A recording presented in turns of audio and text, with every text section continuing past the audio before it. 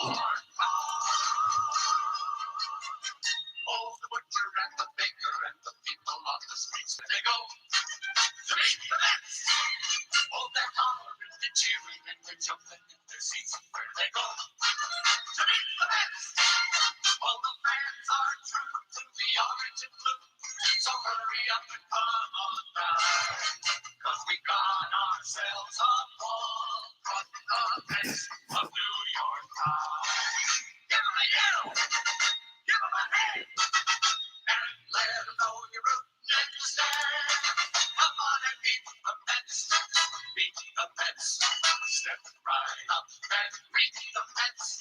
Bring your kiddies, bring your wife.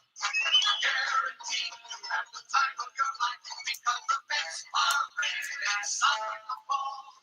That goes all eyes over the ball. East side, west side, everybody's coming down to meet the MTS Mets of New York. Of New York.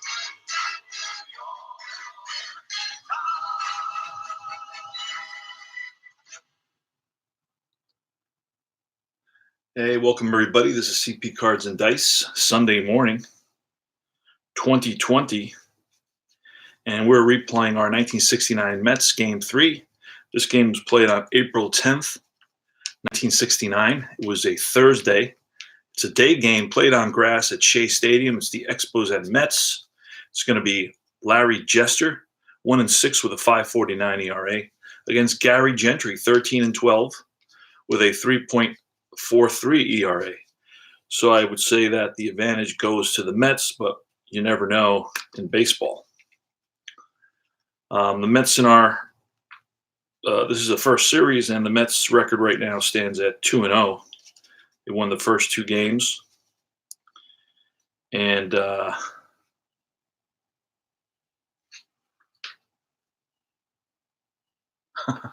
don't know why that is. That's weird. New York National. Let me look at the folder real quick here. Yes.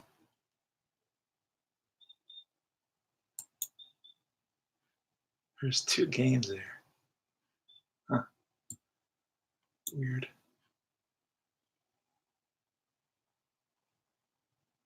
Okay.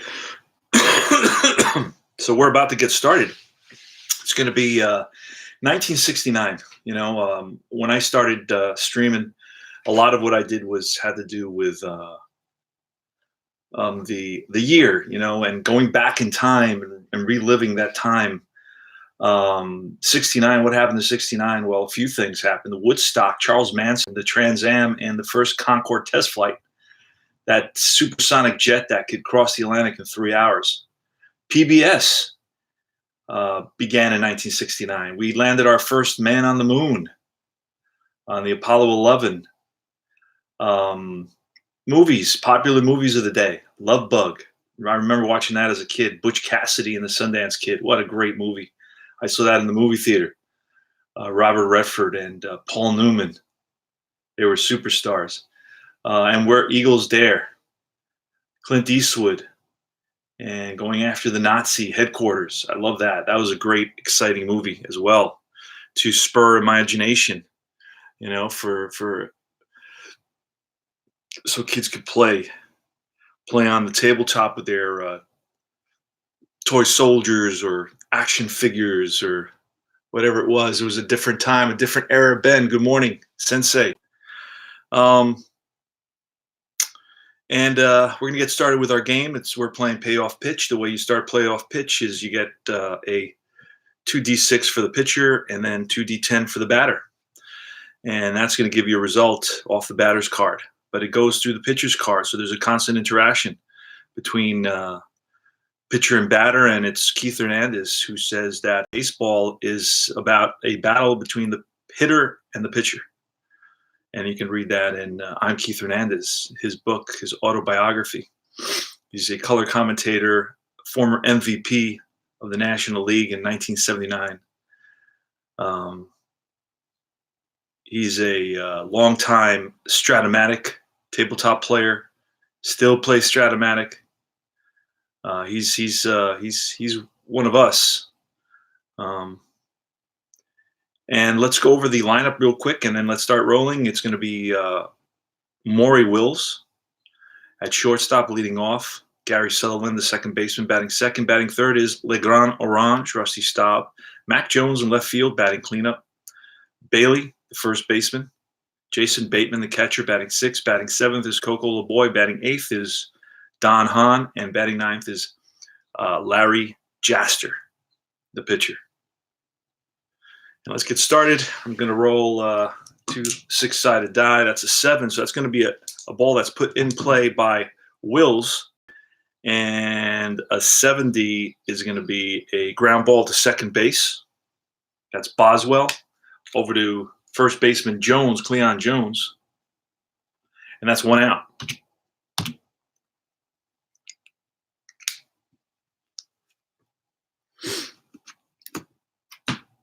Now we're using dice and fast action cards. Do that again. That's going to be a 6 this time. That's a tough 6. Tough pitch, and that's a 93, and that's going to be a fly ball to left field. 2 out. Now I'm keeping a paper scorecard, and I'm doing a online scorecard as well using Ballstat Ball Score. That's a 4, patient 84, and that's right outside of on base range. On Rusty Staub, goes up really high. That's a ground ball again to the second baseman Boswell. He throws him out, and now retires the side. So we're done with half an inning of play, guys. That was quick. It's going to be Tommy Agee leading off for the Mets, Rod Gasper. Kenny Boswell at second base, batting third. Batting fourth is Cleon Jones playing first base today. Usually he's the left fielder. Ed Charles, the veteran, his last season in baseball, at third base, batting fifth. The 6-spot hitter is Swoboda, his first start of the year. Jerry Grody, the catcher, batting seventh. Batting eighth is Buddy Harrelson. And Gary Gentry, the pitcher, batting ninth.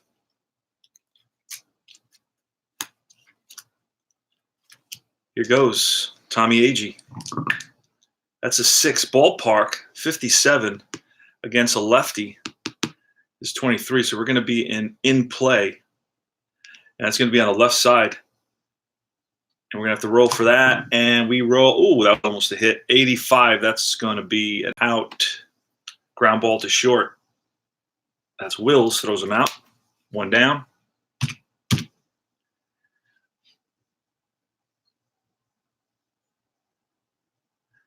Pop rare play number 10 with runner on first. Let me look at that chart. Where is that? Hold on a second, brother. Let's see where that is. Here it is. Number 10. Hard grounded third base. If runner on second and first, third base touches third base. Third baseman touches third base and throws to second for the force out. Second base with A and B range relays to first for a triple play. So if the second baseman, once he gets the ball, is A or B range, the top of the line type of second baseman, he would get a triple play with nobody out. So this is kind of like that's a triple play result. A potential triple play if there's runners on first and my camera's going berserk. Let's see if I could get some color in there.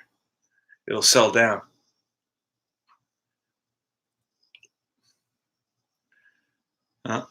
Let me see.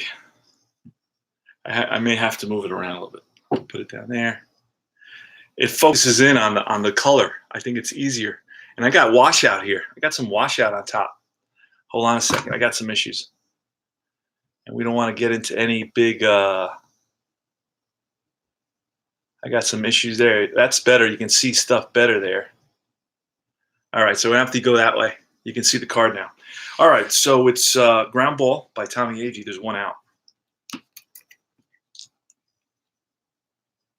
Yeah, if you have only 1 runner on first, it's going to be a fielder's choice. It's 5-4. And if the guy's an A or a B range at second base, you can go for the double play. Ben. That's how you deal with that. Rod Gasper. Oh, look at that one. Oh, that's a foul ball. So that's an 8. That's in play 33, and that's going to be a pop up to the second baseman. So Gasper pops up, 2 outs, and it's Kenny Boswell. That's an 8 in play again, 31. Now that early 30s is always, you got to check wild pitches. There's nobody on, so I don't have to worry about that. So that's 8 is in play 31, and that's going to be a ground ball through the right side, excuse me, for a base hit. So Boswell's on with a single. 2-out single for Kenny Boswell. Let's see if he gets a lead. He only had 7 stolen bases, but we get a lead. So he's going to be going. Let's check the arm out of the catcher, Bateman. C is average. 3 is average. 4 is poor.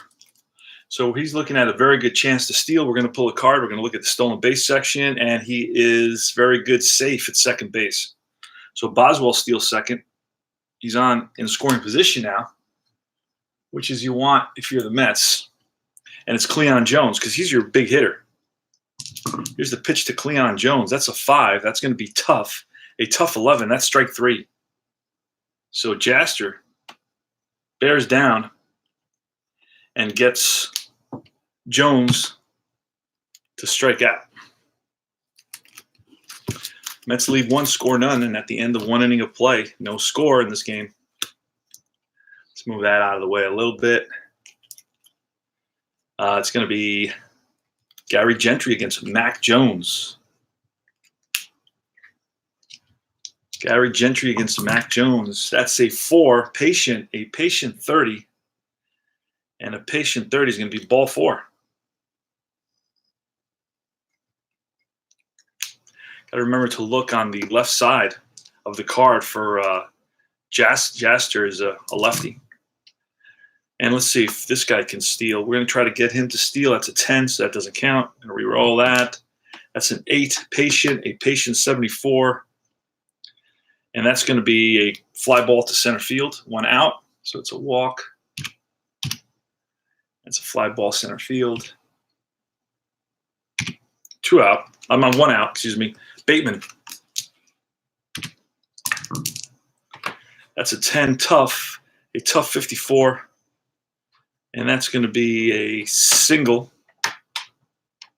And we're going to see what that becomes. A sharp single to center field. Runner advances 1 base.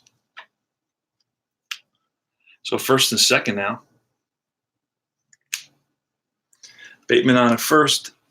Mac Jones on at second. Coco LeBoy, the batter. That's a 9. That's ballpark. Ballpark 33 against a righty, right outside of wheelhouse range. So we're looking at in-play range. That's a 71. That's going to be a fly to center again. So we got a single. And then a fly to center. And it's Don Hahn. I got a mini card that I had to print out. Fringe player card. It's a mini card for Don Hahn. That's 7. That's in play 0-1. In play 0-1, that's going to be a base hit with 2 outs. And Mac Jones, I bet, is a 6 or better, and he's a 7, so he's going to score. And Bateman is a 5, so let's see what. So it's a single, runners advance 1 base. So Bateman's going to stop at second, but Jones is going to score, and it's 1-0. Expos, RBI single for Hahn. 2-out single, so that's clutch single for Don Hahn. He eventually becomes a Met, plays with the Mets in 73, goes to the World Series with them. Pitcher, let's see, Jasper is a 15 batter. 15 pitcher hitting card. That's defense. We pull the defense. Let's see, it says error shortstop. That's a 93, so that's way past error range. That's going to be an out, and we really don't care what kind of an out it is. It's a ground out, let's say. And inning is over. So we got an RBI single. Runner scores. And then we got a ground out to short. Inning over. But the Expos pick up a run. They lead at 1-0. All right, it's going to be Jaster. Hey, Salvador. Larry's in the house. And Ed Charles. Ed Charles is leading it off. He is the 36-year-old Mets third baseman. He retires after the 69 season. So the only way you can get his baseball card is by buying the 69 baseball card. By 70, he's done. He's gone. He won't be part of the team anymore. And the 69 season is a whole Met 69 season in Topps baseball cards is almost impossible to get. So you have to go to the other seasons. You got to go to 68. You got to go to 70 to get more. It's back then. I mean, these teams stay together. So you only lose one guy per year. So every so often you have to go to the previous year to get a guy you're missing. Ed Charles, Larry Jaster. Got to look on the left side because he's a lefty. Got to keep reminding myself of that. In play, 45. In play, 45 against a lefty, and that's going to be ground ball third base. LeBoy throws him out. One down.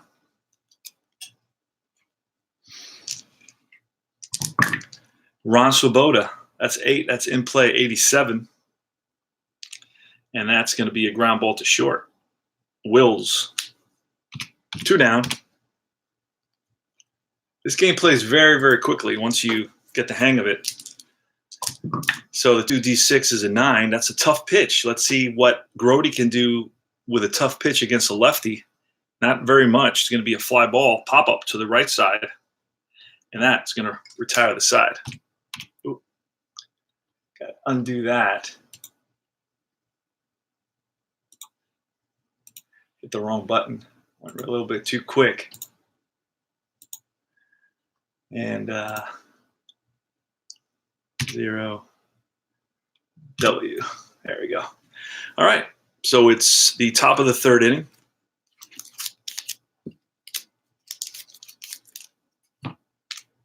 1-0 Expos. Gentry versus Maury Wills, who grounded out in the first inning. That's Patient, a Patient 26, and that's going to be ball 4. And Wills had, in 200 at-bats, he had 15 stolen bases. So we're going to try to get a lead. We're going to look at this number right here where it says steal. It's a 6. And we get a 10, so nothing happens there. Sutherland, we could bunt with Sutherland. Let's do that. Let's bunt with Sutherland. He's an A bunter. We don't know that he's going to bunt, so we're leaving it as an A.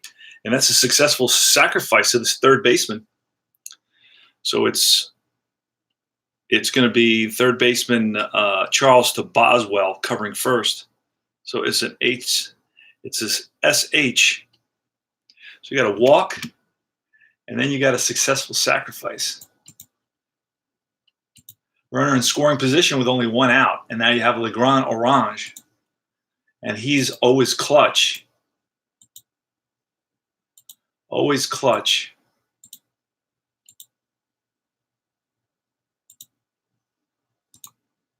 He's got great hitting numbers on his card.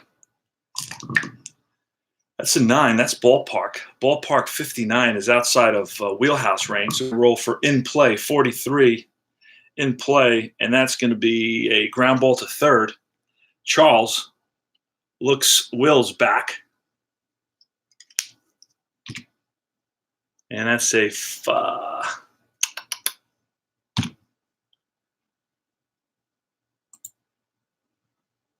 2 down. And now it's Mac Jones. Mac Jones walked and scored in the first inning. That's an 8. Patient 93. And that's going to be a fly to right. And that's going to retire the side. They lead 1, score none. And at the end of 2.5, it's 1-0 Expos. 1969, the year of the Concorde. The Trans Am, Woodstock, Charles Manson, PBS, Apollo 11, The Love Bug, Butch Cassidy and the Sundance Kid, and Where Eagles Dare. with Clint Eastwood. Man, I remember watching that movie. That was a fun movie. Bud Harrelson against Larry Jaster, the lefty. I keep reminding myself he's a lefty. That's a 7. That's in play, 93. And that's a fly to left. Mac Jones is there, 1 out.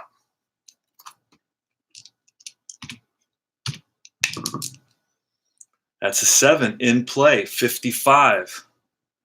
Pitcher hitting card is 3. So pitcher hitting card is a 3. And a 55 is a pop-up to the right side. That's the first baseman there, makes the catch.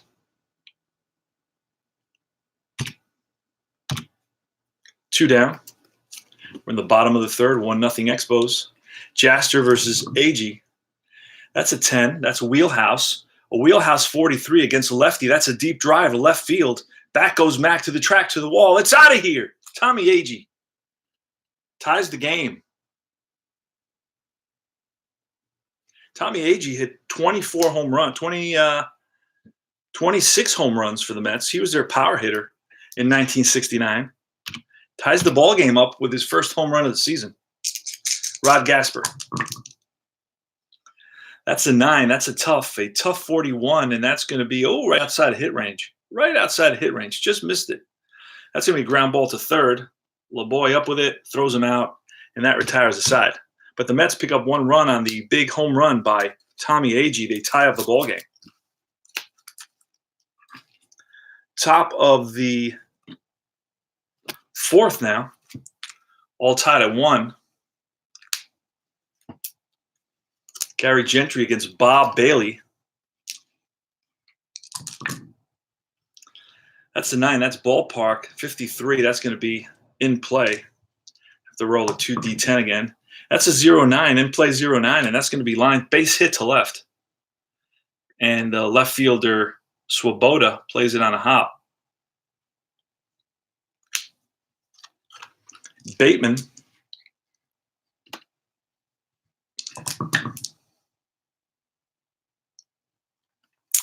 That's going to be tough. A tough pitch. 0-8. That's going to be strike 3. Bateman down swinging. 1 out. Single. Excuse me. Coco LeBoy. That's a 9. That's ballpark. 50. That's outside of range. So that's going to be in play. And that's a 63. That's going to be a ground ball second base. It could be a double play. We look for the lowest number, and we try to reach that. It's a 6. So we need a 6 or less for a double play. And it's a 10, so no double play there. It's going to be a fielder's choice. 6-4 fielder's choice. LeBoy is on.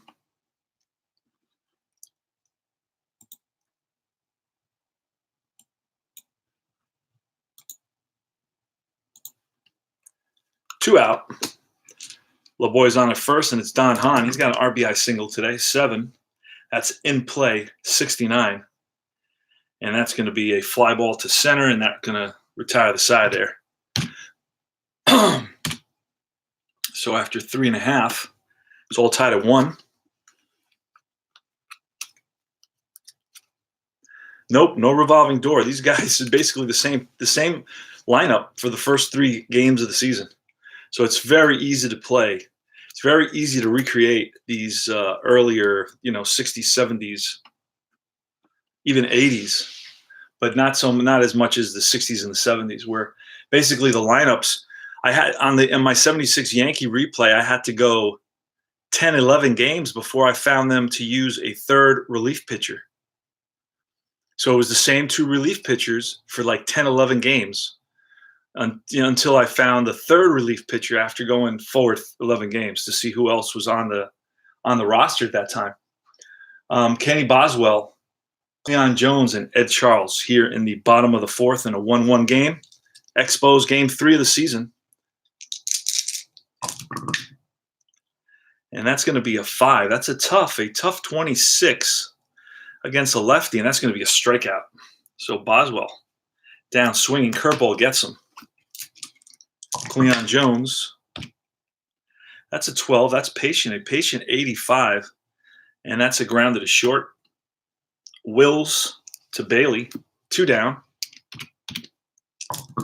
And Ed Charles. 9. Tough. A tough 81. And that's going to be a grounded to short again. Wills throws him out. And 3 up, 3 down.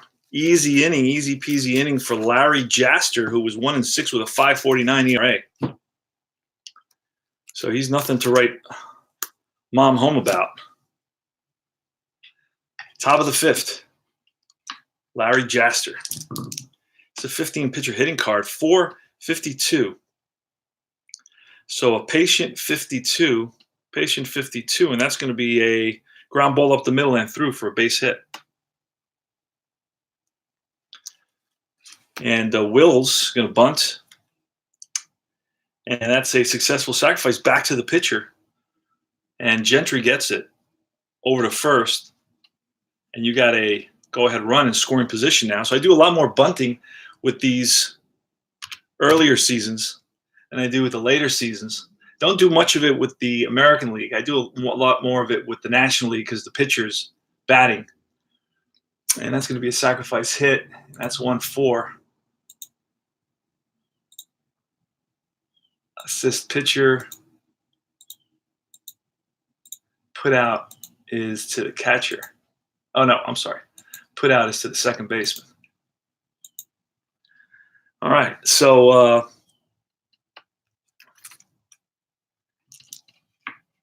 Gary Sutherland, 1 out, 1 on. Jaster at second base. 1-1 ball game. Here's the pitch to Sutherland. That's a 3. That's wheelhouse. A wheelhouse 50. And that's going to be out. That's an out range. That's a fly ball to right. Now, I could potentially advance Jaster, but since he's a pitcher, his running number is a little wacky. So I'm not going to do that, especially there. I don't want to make the last out at third base. So, and he's in scoring position anyway. Rusty Staub.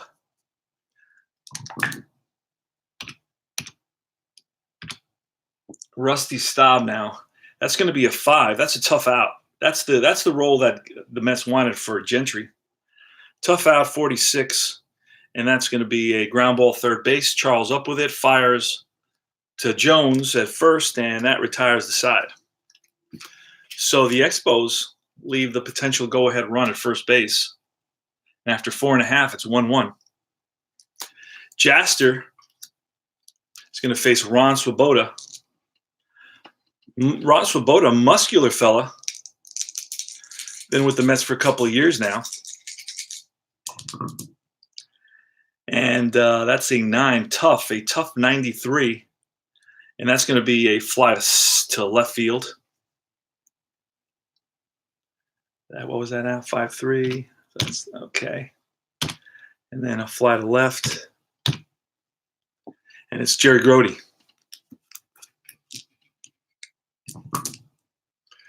That's a 5. That's a tough 37. And that's going to be a line drive base hit to left. Jerry Grody's on with a single. And it's Bud Harrelson. That's a 3. That's patient. A patient 23. That's going to be ball 4. So now you got runners on first and second with Gary Gentry, the batter. And we could bunt with Gentry. Let's see. Gary Gentry's, he's a C bunter. We know he's going to bunt, so that's a D bunter. And that's a successful sacrifice. Right back to the pitcher. So bunting is not all that difficult in this game. Maybe it's too easy, I'd say. There is a way of there are numbers there that you roll, and if you hit those numbers, he happens to bunt. I don't know exactly. I don't use those numbers because I don't really do it that often. It seems that I'm doing it a lot in this game. But you could do like a house rule. I don't know how big you are on bunting. I'm not a big bunting guy. So I really don't care too much if they're successful or unsuccessful at it. Sometimes it's a double play. Sometimes it's a lead runner. But more often than not, it's a successful sacrifice. I don't know the stats on all that. So I don't really worry about it too much.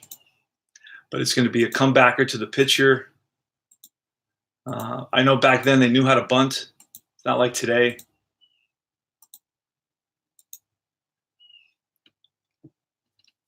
So these are, I mean, if you think about it, payoff pitch is a relatively new game, right? It hasn't been around for 50, 60, 70 years. So it's still in its development stages. So a lot of what we do, a lot of what we think, a lot of what we say and our replays, go into developing a better game, a more crisp game, a tighter game. So it's important that we have conversations and that we have discussions and we talk about a variety of perspectives and we try to support our ideas. I think that's critical to influencing the development of our favorite tabletop games. Just not sit back and accept whatever they give us and serve us and not have anything to say about it. I don't understand that at all. And that's an argument that you hear constantly. Just be thankful or create your own game. No, be thankful for what the designer gave you, and then play it and enjoy it, and then talk about it. That's the beauty of it.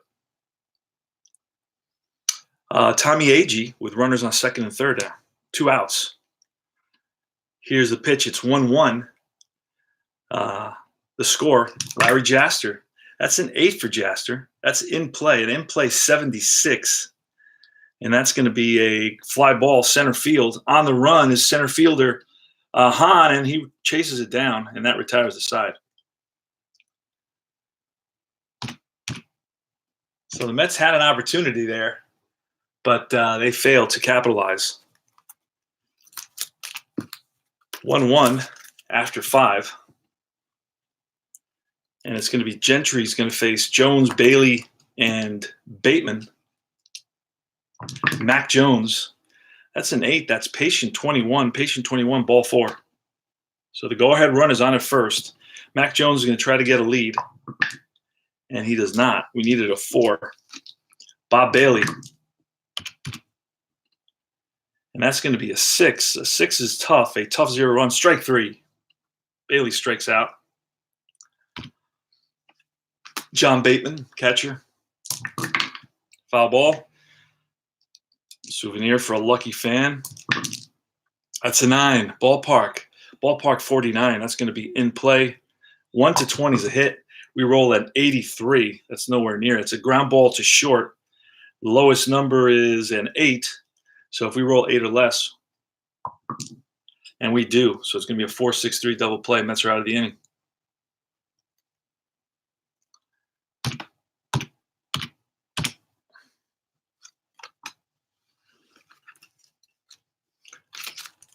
Bottom of the 6th, 1-1. Good ball game here. Payoff pitch. You roll 2d6 on the pitcher card, then you roll 2d10 on the batter card. The pitcher card tells you where to look on the batter card. So the pitcher's in charge in this game. Rod Gasper, 7 in play, 62, and that's going to be a grounder to second base. Sutherland throws out Gasper. He's 0 for 3 on the day. Next is Boswell. That's tough. A tough 0-8, and that's strike 3. 2 out. So you got and then you got a K. And now it's Cleon Jones who's 0 for 2. That's an 8. That's in play 80. In play 80, and that's a ground ball to short. Wills throws him out. That retires the side. 3 up, 3 down. So we got a pitching duel going here at Shea Stadium, 1969. Day game, Thursday, April 10th. Thursday, April 10th. Coco LaBoy against Gary Gentry. That's a 4. That's patient. A patient 15, and that's going to be ball 4. So that's 1, 2, 3, 4. 4 walks allowed by Gentry. And Hahn, we're gonna bunt with Hahn. Hahn's a deep bunter. And it's bounced to the catcher, picks it up. He's going to go short, and they get him. They get the lead runner, so it's going to be 2-6. Fielder's choice. So Hahn is on base now. Fails to sacrifice bunt successfully. Runner out at second, 2-6. Didn't bunt it far away enough from the catcher, who picks it up. Grody picks it up, fires to Harrelson. No chance for the double play. But it's Larry Jasser now. Runner on first. That's 11. That's defense. Pull a card.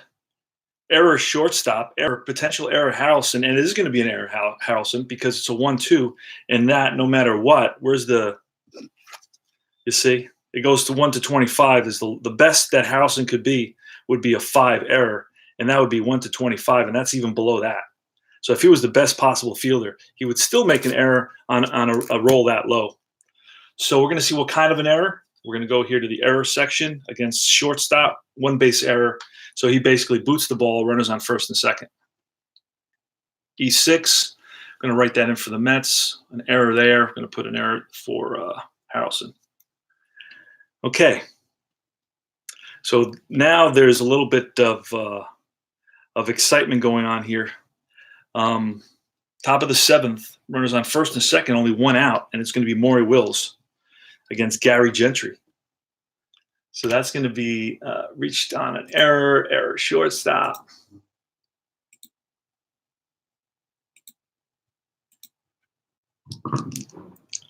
That's going to be a 5. That's a tough out, so that's a big pitch for Gary Gentry here. A tough out 26, and that's going to be a line drive and caught by Harrelson. L6, 2 outs.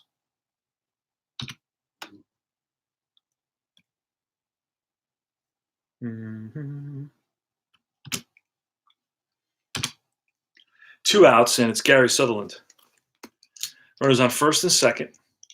2 outs, top of the 7th, 1-1 ball game. Here's the pitch to Sutherland. That's a 3. That's wheelhouse. A wheelhouse 47, and that's going to be a fly ball deep right field. And back goes the right fielder, Gasper, to the track, makes the catch, and that retires the side. Holy smokes. I thought that was trouble.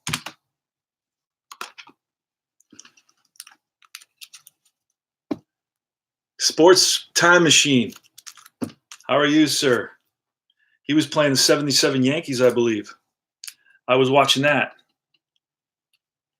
1977 Yankees using payoff pitch. Larry Jasser, bottom of the 7th, 1-1 game. Ed Charles, Ron Swoboda, Jerry Grody. Shea Stadium, 1969, April 10th, 3rd game of the season. Here's the pitch. Oh, that's a foul ball. That's going to be a 6, and a 6 is ballpark. A 14 for a lefty pitcher, that's going to put us in the wheelhouse. So against a lefty, 1 to 23 on this roll is going to be a home run, and the Mets are going to take the lead. It's a 1 to 39 is going to be some sort of hit, and that's going to be a deep drive, but that's going to bounce off the wall, and Ed Charles into second base with a leadoff double. That just missed being a home run. Rolled a 26. We needed a 23 against a lefty. So runner on second now, and it's Ron Swoboda up. And if we walk, you see, this is what happens now. If we walk Swoboda, then Grody's going to look to bunt. And then we're going to have second and third. So let's pitch to Swoboda. Let's pitch to Ron Swoboda. I'm not going to overmanage. This is 1969. Tough. This is going to be a tough pitch. Tough 61. And that's going to be on Swoboda's card. He actually hits lefties. Not that well, but it just so happens that in that tough category, he happens to hit lefties well. And that's going to be a swung on. It's a sharp liner. A liner falls in front of the left fielder. And runner at second advances ? So I'm going to advance him to third, and you're going to ask why? Well, because there's nobody out. Oh, that's right. So there's nobody out. It's first and third. Infield's going to come in, Jerry Grody. So I could try to score him, but I'm not even going to bother to score him, although I could look left fielder. What's the left fielder's arm? Jones. He's an arm 7. I'm not going to risk it. There's nobody out. So let's do this. Let's pitch to Jerry Grody with the infield in. So I'm playing infield in rules, which some people have an issue with. It's fairly easy. The infield in rules, the purpose of the infield in rules are to prevent the runner on third from scoring. It's not to get a double play. Okay, so I don't care if the runner on first gets the second. What I want to stop is the runner on third from getting home. That's the only thing I care about right now. All right, now with nobody out, my guy at third is holding. He's not trying to score on a grounder, especially with the infield in. I mean, we aren't stupid. All right, so that's a 9. That's tough. A tough pitch, a tough 92. Tough 92 is going to be a fly ball to shallow left field. Mac Jones is there. That's not deep enough to get anybody home. So that's 1 out now. Again, the infield is in for Bud Harrelson. Again, what are the infield in rules? Hey, ID Jester, how you doing, brother? Back in the ballpark.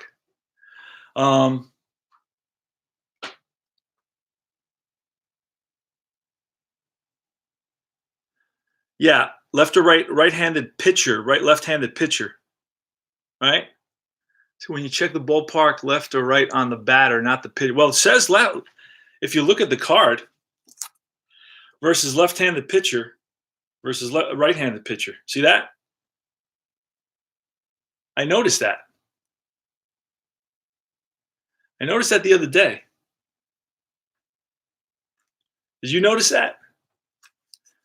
That's a good point, my brother. Let me look at another set of cards. Hold on a second.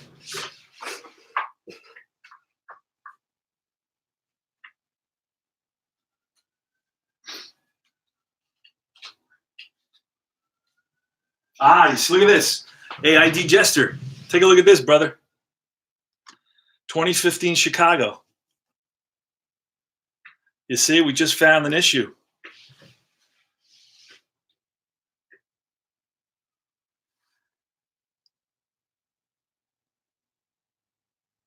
You see that? 1969 versus right-handed pitcher. 2015, right-handed batter. So I got to bring that up. Or maybe I should just keep it quiet. All right?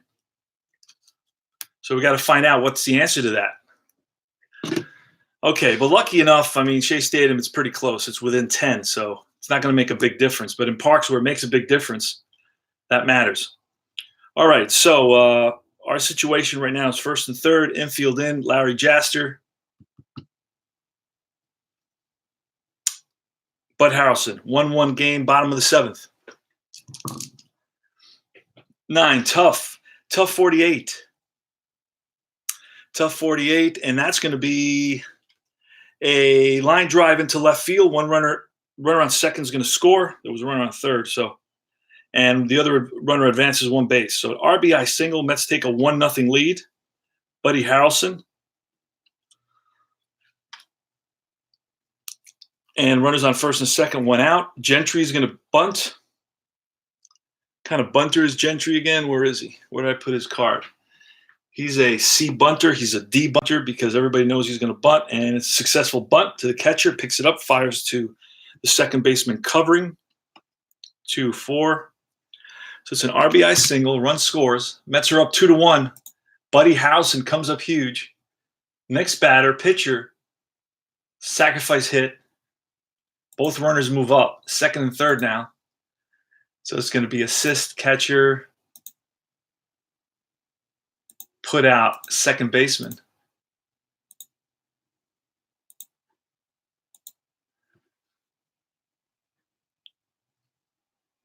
Who's there? All right. So now it's Tommy Agee. And 2-1. 2 outs, runners on second and third.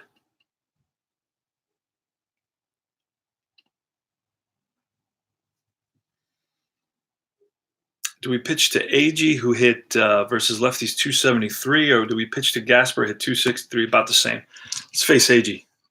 We're not pulling Jaster here, but it's an 8. That's in play 0-7. In play 0-7 versus lefty, and that's going to be line center field base hit. Drops in front of the center fielder, Hahn, and that's going to score 1 run. Swoboda, Harrelson right behind them. Mets take a 4-1 lead. 2-run single by Tommy Agee, his third RBI of the game. And the Mets lead at 4-1 now.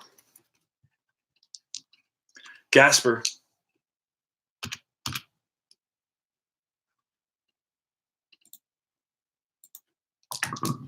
Foul ball. Nice souvenir for a fan, 1969 ball. Defense. All right, we got to pull a defense card. Range pitcher. So the range for the pitcher is basically a B range. So he's a pretty good, has pretty good range. On the range card, it's 1 to 32. We rolled a 72, so that's going to be a comebacker. 1-3, and that retires the side. But the Mets pick up 3 runs. They lead at 4-1. We go to the 8th inning.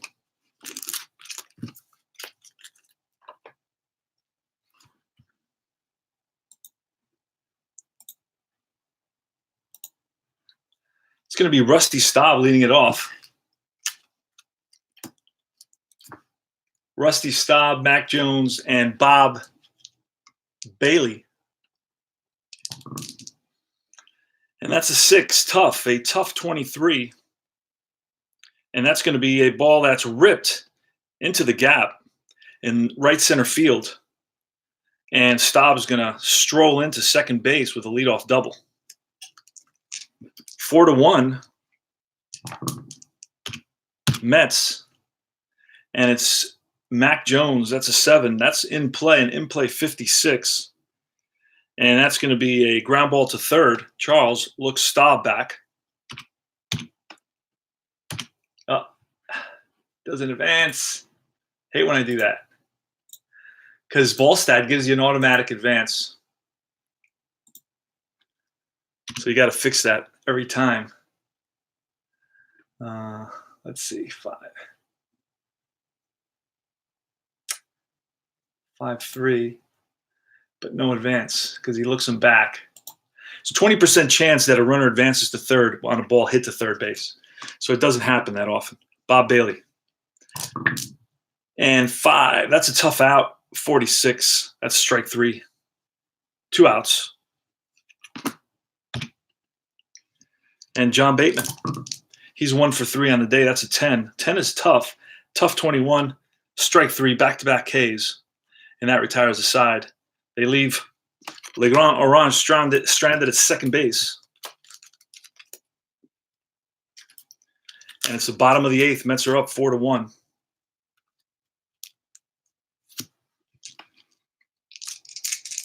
Larry Jaster against Kenny Boswell. Boswell struck out twice. He's 1 for 3 on the day. That's a 3. Oh, wait, he gave up. Actually, Jaster would be fatigued by now because he gave up. He's already given up 4 runs. I think 3 is. So he has to use a fatigue card. Let's pull a fatigue card for him. Now, it doesn't sound as bad. It's not as bad as it sounds. Fatigue card for a guy who had a terrible ERA, 4 or more. Okay, this is his fatigue card. So we're using that.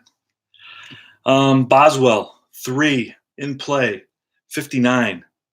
In play 59, and that's going to be fly to left, 1 out.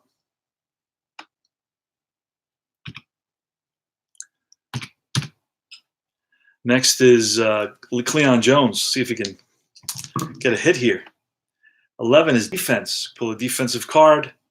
Range first base. We rolled a 63. Let's see where range is. 63. Nope, that's outside. That's going to be lined and caught by the first baseman, Bailey. L3. 2 out.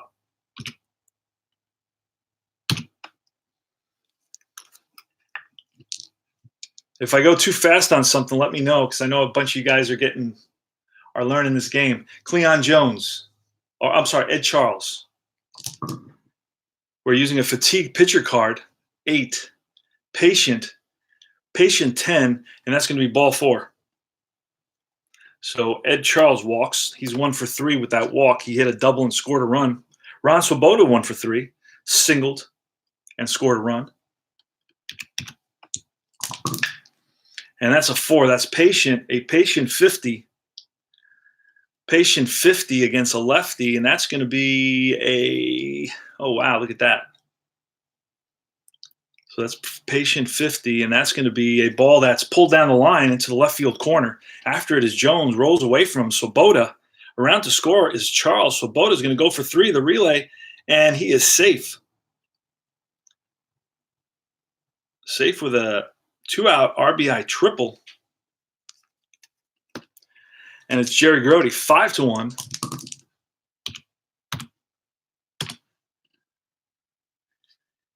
And it's going to be a 6. That's tough. A tough 10. And that's going to be strike 3, inning over. Let's pick up a run, the 5th run of the game. We go to top of the 9th. Now, let me tell you, Gary Gentry only had 35 starts, but only 6 complete games. So for that reason and that reason alone, we're going to bring in a relief pitcher just because I don't want to get him started with too many complete games so early in the season when he only had 6. If he had 10, I'd let him go. Cal Coons actually finishes this game. Cal Coons.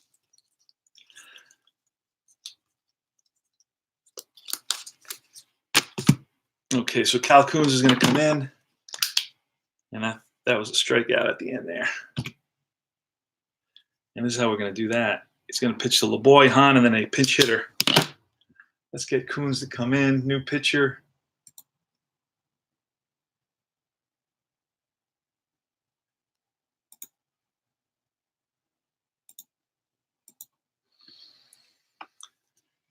All right. Cal Coons to Coco LeBoy.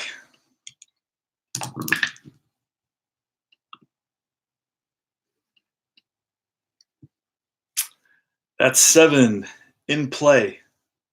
In play 61. In play 61, and that's going to be a pop-up to the right side. First baseman Jones went out. Don Hahn.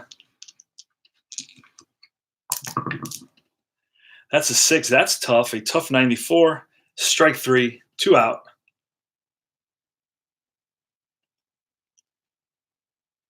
And we're going to get a pinch hitter now.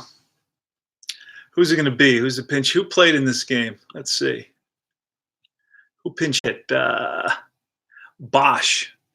Don Bosch is going to come in and pinch hit. Switch hitter.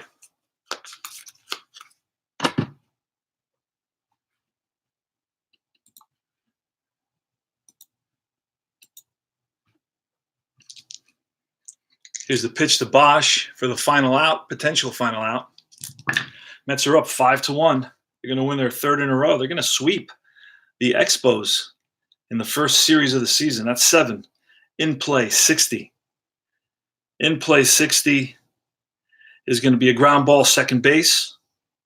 Boswell up with it. Throws out Bosch, and that retires the side. Game over. Mets win it by a score of 5-1. Mets broke the game open in the bottom of the 7th.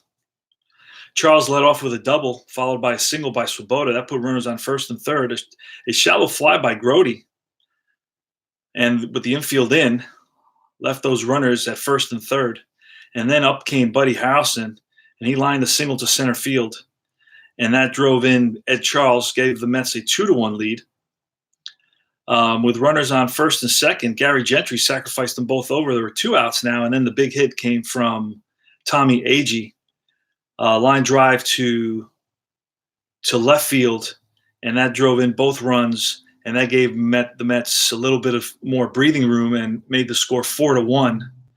In the bottom of the 8th, it was a walk, a 2-out walk to Charles, and then a 2-out RBI triple by Ron Swoboda, who went 2 for 4.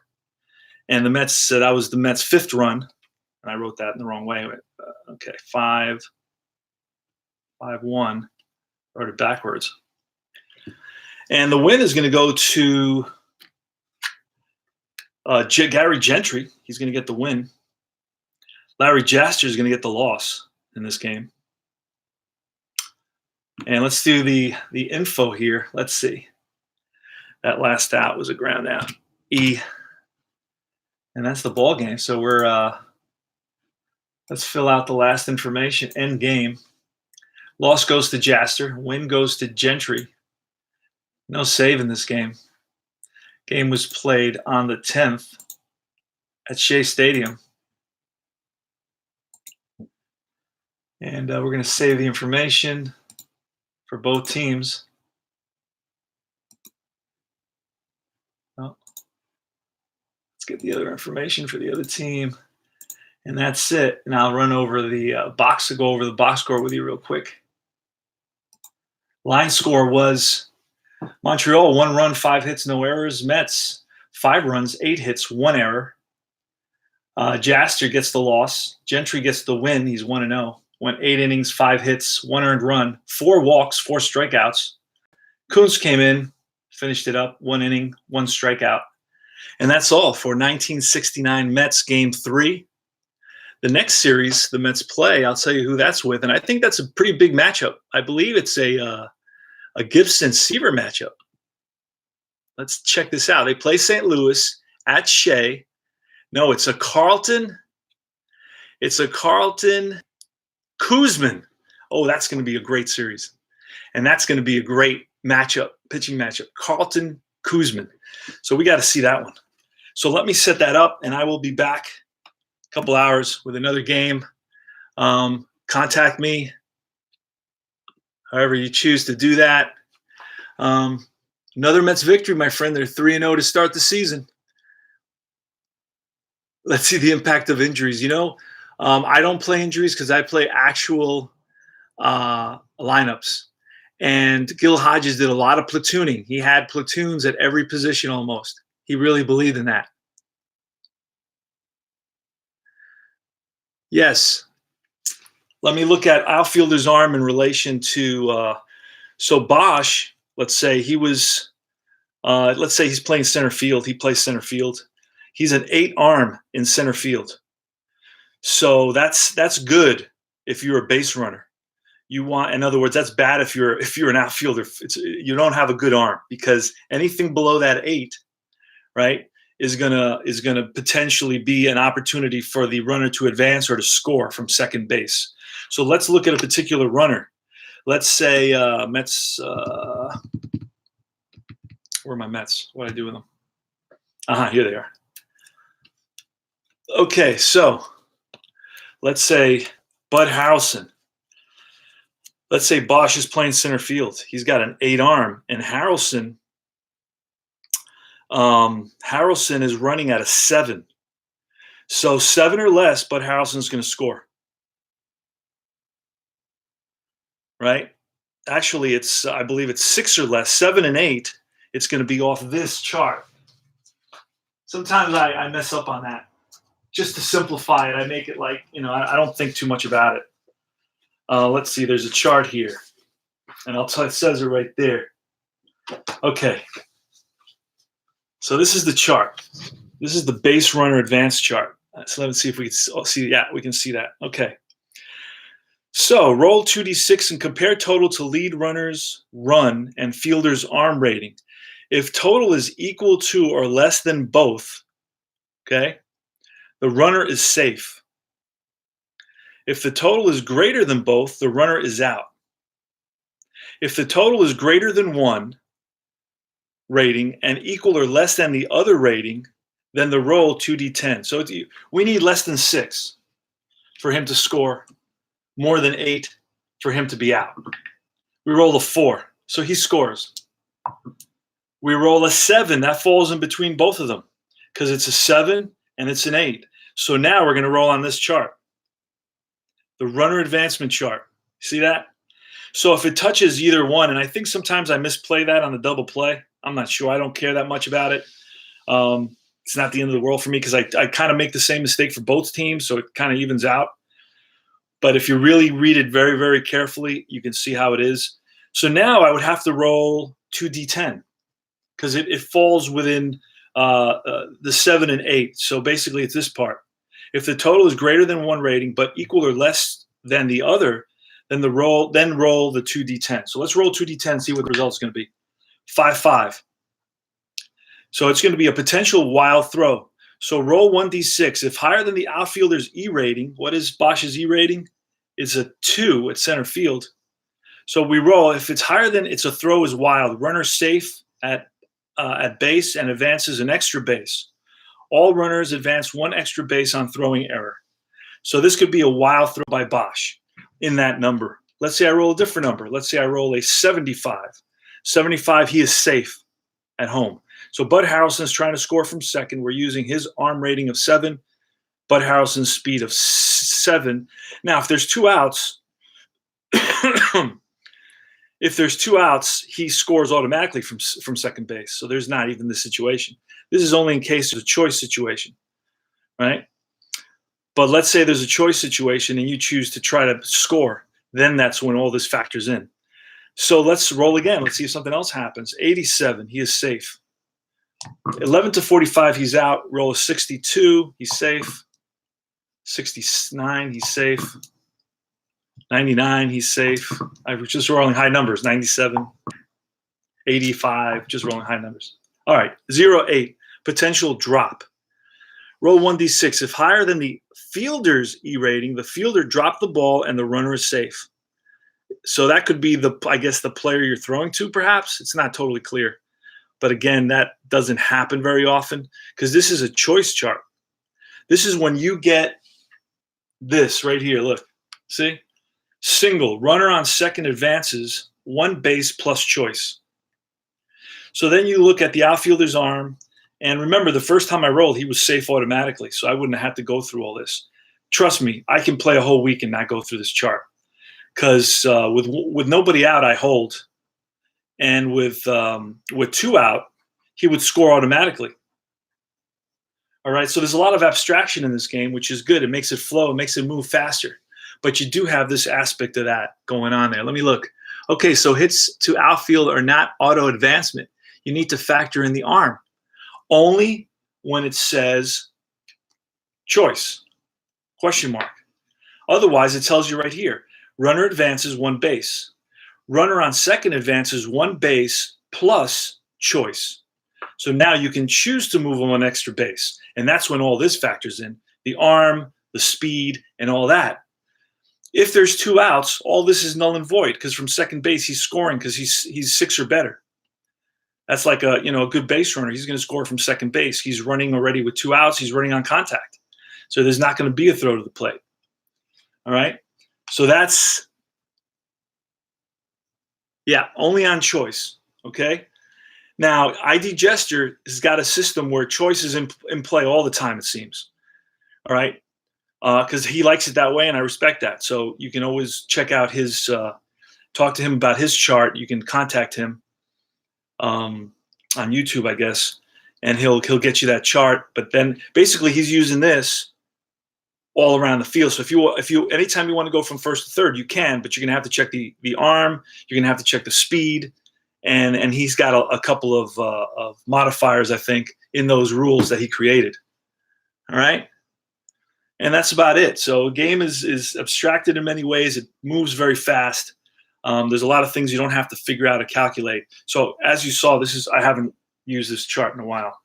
I used this little section here until I learned this, but I'm learning this. It's basically the key to the to base stealing on the cards, where base stealing is right there. But you got to know this key a little bit. It's between the catcher's arm and the base runner's stealing ability. So this is a chart I use a lot. I've been wanting to get a copy of that and just put it over here on my tower, on my little dice rolling tower. And that's it, guys. All right, so this is CP Cards and Dice saying thanks for watching. We'll be back in a couple hours with a Kuzman-Carlton matchup. Cardinals at Shea. That's going to be exciting. Joe Torre's on that team. Lou Brock is on that team. Kurt Flood is on that team. There's a lot of good players on that team. The 1969 St. Louis Cardinals. Take care.